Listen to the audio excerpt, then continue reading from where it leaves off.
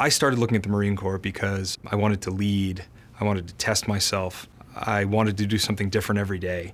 I wanted to think, but I also wanted to be physical and you know, outside with other people doing exciting things. I was like the worst candidate who ever showed up at officer candidate school.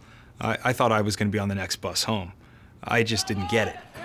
The instructors at OCS are Marine NCOs, non-commissioned officers. And there were plenty of days when I thought that they were put on earth with the sole purpose of making my life miserable. But what I didn't appreciate, what took me a little bit of perspective to understand, was that they were looking at the candidates as men and women who would perhaps one day be leading them in combat. And when you look at it that way, you begin to understand the standard by which they're evaluating people. My father, he got it from the start. He said, the Marines will teach you everything I love you too much to teach you. And I didn't get it at the time. I don't think I even understood it in my training. I finally understood it after a couple of combat tours.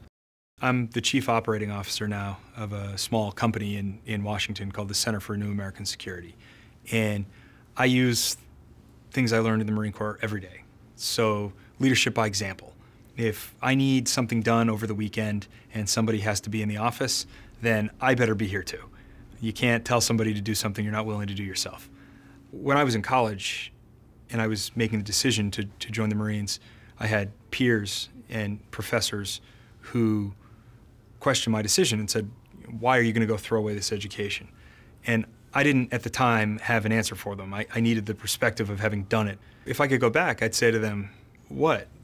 Having the best leadership training I could possibly get, the most intense leadership experience I could ever have, learning viscerally about foreign policy all over the world, understanding ethical decision-making in a very heartfelt way because I'm confronted with these choices every day, learning more about myself, pushing myself.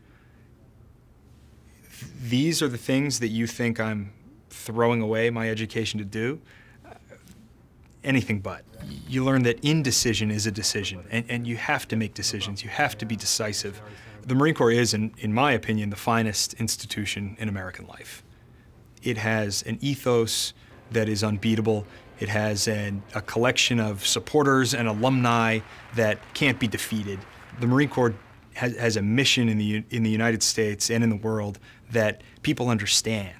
You know, they make Marines and they win battles. They take young American citizens and they give them a lot of responsibility and teach them something about what it means to live in a society where everybody has a vested interest in the outcome.